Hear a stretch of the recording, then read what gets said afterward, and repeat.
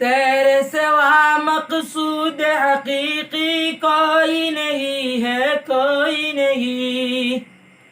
तेरे सिवा मकसूद हकीकी कोई नहीं है, कोई नहीं। तेरे सिवा महबूब हकीकी कोई नहीं है, कोई नहीं। अस्सलामु अलैकुम वरहमतुल्लाहि वबरकातुहू। আলহামদুলিল্লাহ, আল্লাহ রব্বুল আলমিনের দরবার লক্ষ কোটি শুকরিয়া দিই। মহান রব্বুল আলমিনে আপনারে আমারে দয়া করিয়া মায়া করি এখন পর্যন্ত সুস্থ অবস্থায় রাখছেন। রব্বুল আলমিনের দরবার লক্ষ কোটি শুকরিয়া। আলহামদুলিল্লাহ, চলেন আমাদের পড়ায় চলি। বিগত পর্ব আমাদের ছিল 10 নম্বর পর্ব, এই পর্ব হচ্ছে আমাদের 11 নম্বর পর্ব। 10 নম্বর পর্বে আমরা ওয়াহিদ জমা নিয়ে আলোচনা করেছিলাম। তাসনিয়াটা আমাদের কাছ থেকে ছুটে গিয়েছিল। এখন দেখেন তাসনিয়া নিয়ে আমাদের এই পর্বে কিছু আলোচনা হচ্ছে। এরপরে জমার অনেক কথা, জমার অনেক নিয়ম। এই জমা নিয়ে তাসনিয়ার পরপরই আমাদের জমা নিয়ে বাকি আলোচনাটুকু ইনশাআল্লাহ করে নেব। এরপরে দেখেন আলহামদুলিল্লাহ তাসনিয়ার আলোচনা। প্রথমত আমরা দেখি লফজে মুফরদ। লফজে মুফরদ কয় প্রকার আমরা সবাই জানি। লফজে মুফরদ 3 প্রকার। কি কি? ইসিম, ফাইল, হরফ। এখন ইসিম ওয়াহিদ, তাসনিয়া, জমা। এখন জমা কিল্লত, জমা কসরত। আচ্ছা, এরপরে দেখেন আজকের এই পর্বে এখন আলোচনা হচ্ছে আমাদের এই তাসনিয়া নিয়ে কথা, যাকে মুসান্নাও বলা হয়। এখন দেখেন তাসনিয়া এমন ইসিমকে বোঝানো হয় বা বলা হয় যার শেষে আলিফ অথবা ইয়ামাকাবাল মাফতু অথবা অথবা নুনে মাকসুর মিলিত হয়। যার শেষে আলিফ অথবা ইয়ামাকাবাল মাফতু অথবা নুনে মাকসুর মিলিত হয়, তার সাথে তার মতো আরেকটি রয়েছে বোঝানোর জন্য। যেমন রাজুলানে, রাজুলাইনে, রাজুলানে, রাজুলাইনে। এগুলো আমরা ইনশাল্লাহ এই রাজুলানে কেন হচ্ছে, রাজুলাইনে কেন হচ্ছে, এটা ইনশাল্লাহ আমরা 16 প্রকারের আলোচনা যখন করব ইনশাল্লাহ অতি শীঘ্রই আমাদের এই মুআরব মাবনি নিয়ে ইনশাল্লাহ আলোচনা শুরু হতে যাচ্ছে। এটাও আপনাদের জন্য একটা বার্তা হিসাবে বলতে পারি। এখন দেখেন রাজুলানে, রাজুলাইনে। এখন দেখেন এই তাসনিয়ার কিছু নিয়ম। যদি ইসিমটি ইসমে মাকসুর হয় এবং তার আলিফটা ওয়াও থেকে পরিবর্তিত হয়, যদি ইসিমটা ইসমে মাকসুর হয় আর তার আলিফটা কিটা হয় ওয়াও থেকে পরিবর্তিত হয়, এবং এই ইসিমটা যদি সুলাসি হয়, আলিফটা যদি ওয়াও থেকে পরিবর্তন হয় এবং তার ইসিমটা কিটা হয় যদি সুলাসি হয়, তাহলে তাসনিয়া বানানোর সময় কিটা ওয়াওটা ফিরিয়ে আইব। তাসনিয়া বানানোর সময় কি হইব? ওয়াওটা ফিরিয়ে আইব। ভালো রেখে বুঝেন। ইসমে মকসুর, যদি ইসিমটা ইসমে মকসুর হয় আর তার আলিফটা, তার যে আলিফ আইব, আমরা আগেই কইছি আনি সংজ্ঞার ভিতরে। এখন তার যে আলিফটা আইব, এই যে আলিফ অথবা ইয়ামাকাবাল মাফতু অথবা নুনে মাকসুর। এখন ওই যে আলিফটা আইব, এই আলিফটা যদি কোনো কারণে তালিল হইতে পারে, যদি এই আলিফটা যদি ওয়াও টনে আয়, তাহলে ইসমে মাকসুর তাসনিয়ার সময় এই ওয়াওটা আবার ফিরিয়ে আইব। এখন কি হইব? ওয়াওটা ফিরিয়ে আইব। যেমন কি হইব? আসাওয়ানে, আসাওয়ানে। এখন দেখেন যদি ইয়া থেকে পরিবর্তিত হয়ে আসে তাহলে ইয়াও ফিরিয়ে আইব। যদি ইয়া তুমি ফিরিয়ে আয় তাহলে ইয়াও কিতে আইব? ফিরিয়ে আইব। যেমন রহায়ানে, কি রহায়ানে, এই যে ইয়ানে, ইয়াটা ফিরিয়ে আইছে। এখন দেখেন যদি ওয়াও থেকে পরিবর্তিত হয়ে আসে এবং ইসিমটি রুবাহি বা এই খুমাসি হয়, রুবাহি মানে 4 অক্ষর বিশিষ্ট, খুমাসি মানে 5 অক্ষর বিশিষ্ট, ওয়াওটা যদি ফিরিয়ে আয় আর ইসিমটা যদি কি হয় রুবাহি অথবা খুমাসি হয়, তাহলে ইয়া দ্বারা পরিবর্তন হয়ে যাব। তাসনিয়ার মধ্যে ইসম মাকসুরের মধ্যে কিছু কয়েকটা আলোচনা। যদি ওয়াওতনে পরিবর্তন হয়ে আয়, আইয়া যদি এটা কি হয় রুবাহি হয়, রুবাহি তো নেয় অথবা খুমাসি তো নেয়, তাহলে ওয়াটা কি হইব? ওয়াওটা ইয়া দ্বারা পরিবর্তন হয়ে যাব। যেমন কিতা আমরা উদাহরণ কি দিতে পারি? মাল হায়ানে, মাল হায়ানে। এরপর দেখেন যদি কারো থেকে পরিবর্তন হয়ে না আসে তাহলেও ইয়া দ্বারা পরিবর্তন হয়ে যাব। যদি খেয়রগিস্তনেও পরিবর্তন না হইয়া আয়, ওয়াও অথবা ইয়াতনে যদি খেয়রগিস্তনে পরিবর্তন না হইয়া আয়, তাহলে কি হইব? ইয়া দ্বারা পরিবর্তন হয়ে যাবে। যেমন হুবলায়ানে, হুবলায়ানে। এরপর দেখেন যদি ইসমটা ইসমে মামদুদ হয় এবং তার হামজাটা আসলি হয়, এবং আসলি হয় তাহলে বিদ্যমান থাকবো। যদি ইসমে মামদুদ তো হয় আর তার হামজাটা আসলি হয়, মানে আসল আসল যেটা হামজা ওটা হয়, তাহলে কি হইব? এই হামজাটা কিতে থাকবো? বিদ্যমান থাকবো। যেমন কারআনে, এই যে আনে কারআনে। এরপরে দেখেন, যদি আলিফে মামদুদাটি তানিসের জন্য হয় তাহলে ওয়াও দ্বারা পরিবর্তন হয়ে যাবে। যদি আলিফে মামদুদাটা তাস এই কিতার যদি আলিফে মামদুদাটা তাসনিয়ার দায় হয় তাহলে কি হইব? এই ওয়াও দ্বারা পরিবর্তন হয়ে যাব। যেমন হাম হাম হাম রাওয়ানে, হাম রাওয়ানে, হাম রাওয়ানে। এরপরে দেখেন, যদি মূল অক্ষর ওয়াও বা ইয়াতনে পরিবর্তন হয়ে আসে তাহলে দুই সুরত জায়েজ। যদি মূল অক্ষর ওয়াও অথবা ইয়া, ওয়াও অথবা ইয়াতনে বদলে যায় তাহলে দুই সুরত জায়েজ। ওয়াও দ্বারা যেমন কিসা ওয়ানে, আর হামজা বিদ্যমান থাকলে যেমন কিসা আনে, ওয়াও তো নইলে কিসা ওয়ানে আর হামজা তো কিসা আনে। এখন দেখেন এজাবতের সময় এই পর্যন্ত কিছু কথা। এখন এখন দেখেন এজাবতের সময় তাসনিয়ার নুন কিতা থাকবো নি? তাসনিয়ার নুন থাকতো না, বিলুপ্ত হয়ে যাব। এজাবতের সময় কিতা থাকতো না, তাসনিয়ার নুনটা কিতে দিব? বিলুপ্ত হয়ে যাব। যেমন গুলাম এই গুলামানে, এটা কথার কথা, গুলামানে জাইদিন। এই তাসনিয়া যদি এজাবত হয় এখন কিতা দিব? এজাবতের জন্য কিতা থাকবো? নুনটা কিতে দিব? বিলুপ্ত হয়ে যাব। যেমন গুলামা জাইদিন, গুলামা জাইদিন। এরপরে দেখেন, এরপরে আমাদের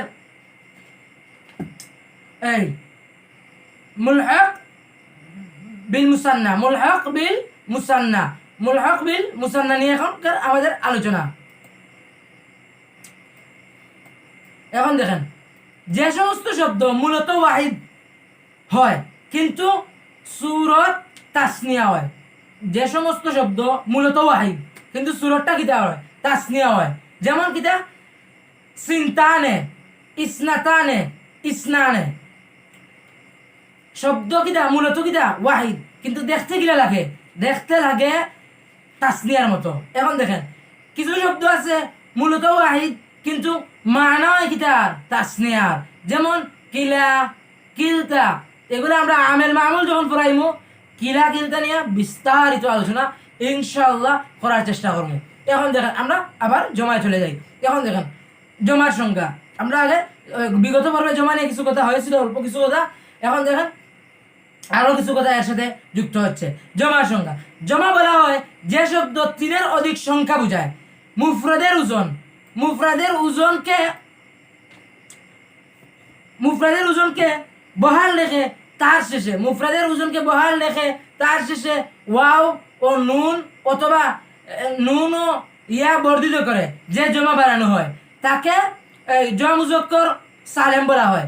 আলিফ ও লম্বা তাজা এটা যুক্ত করে যে জমা বানানো হয় তারা কিটা হয়? জমা মুয়ান্নাস সালেম। এখন দেখেন যে জমার মধ্যে মুফরাদের ওজন বহাল থাকে না, এক কথা ওয়াহিদের ওজন কিটা থাকে না, বহাল থাকে না, তারা কিটা হয়? জমা মুকাসসার, জমা মুকাসসার বলে। যেমন এরপরে দেখেন জমার সংখ্যা 3 থেকে 10 পর্যন্ত বুঝাইলে তাকে যেটা হয় জমা কিল্লত হয়। আর যেই জমা আরো অধিক বুঝায় 10-এর উপরে বুঝায় তারা যেটা হয় জমা কাসরাত। এখন দেখেন জমা বানানোর জমা বানাইবার নিয়ম। জমা মুজাক্কার সালেম 2 ধরনের মুফরদ থেকে বানানো যায়। জমা মুজাক্কার সালেমটা কয় ধরনের মুফরদ থেকে বানানো যায়? 2 ধরনের মুফরদ থেকে বানানো যায়। এখন দেখেন মুফরদ মুজাক্কার আকিল যদি আলামের জন্য ব্যবহৃত হয় তাহলে তার জমাটা ওয়াও নুন দ্বারা বানাই লাগবো। যদি মুজাক্কার আকিল হয়, ওয়াহিদটা মুজাক্কার আকিল হয় আর আলমর দায় এই যে জমাটা বানাইবা এই জমাটা যদি আলমর দায় ব্যবহার হয় তাহলে তার জমাটা ওয়াও নুন দ্বারা আপনি বানাইতে পারেন, ওয়াও নুন যোগ করলে হয়ে যাব। যেমন জায়দুন, সবসময় তো আমরা জায়দ দিয়ে উদাহরণ দিই। যেমন জায়দুনটাকে আমরা কিটা করা লাগবো? ওয়াও ও নুন দার দুন, দার পরে ওয়াও ও নুন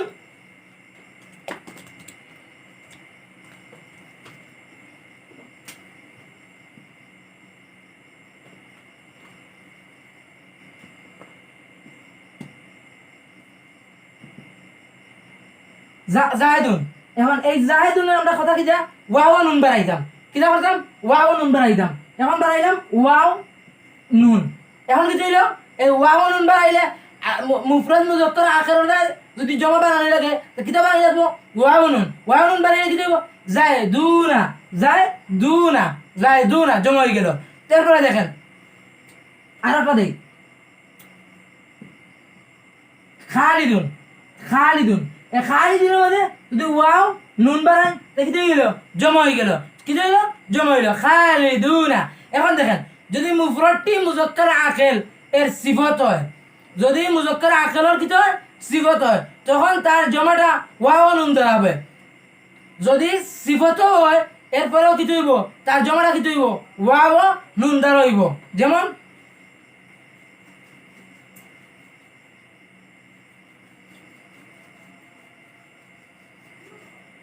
যেমন দেখেন মুসলিমুন এখন কিতা করা লাগবো ওয়াও নুন বানাই লাগবো। ওয়াও বাড়াইলাম নুন বাড়াইলাম কি হইল মুসলিমুনা। এখন দেখেন এই পর্যন্ত আছে ওয়াহেদ, মুসলিমুন পর্যন্ত আছে ওয়াহেদ। আর যখন ওয়াও নুন বাড়াইলাম তখন কি গেল জমা হয়ে গেল। এরপরে দেখেন আফজলুন এটা কিটা ওয়াহেদ এটা কিটা ওয়াহেদ। এখন যদি আমরা ওয়াও নুন বাড়াইলে কি হইব জমা হয়ে যাব। এখন আর এটা ওয়াহেদ থাকতো নাই।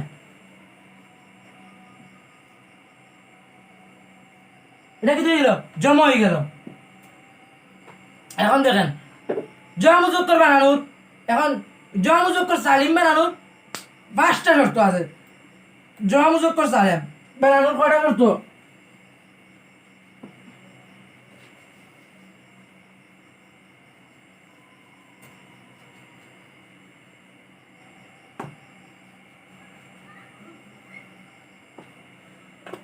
পাঁচটা শর্ত আছে। তার শেষে এক নম্বর, তার শেষে তায়ে তানিস গ্রহণ করা শক্তি থাকা সত্ত্বেও গুলতা বিদ্যমান না থাকা। তার শেষে তায়ে তানিস গ্রহণ করার শক্তি থাকা সত্ত্বেও কিটা করা গুলতা গ্রহণ না করা। যেমন কাতিবুন তাহলে কিটা বানাইলাম জমা মুজাক্কার সালিম বানাইতাম। জমা মুজাক্কার সালিম যেমন কাতিবুনা। এরপরে দেখেন 2 আফআলুন ওজনের মুয়ান্নাসটা ফাআলাউ এর ওজনে না হওয়া। আফআলুন ওজনের মুয়ান্নাসটা কিটার ওজনে না হওয়া ফাআলাউ এর ওজনে না হওয়া।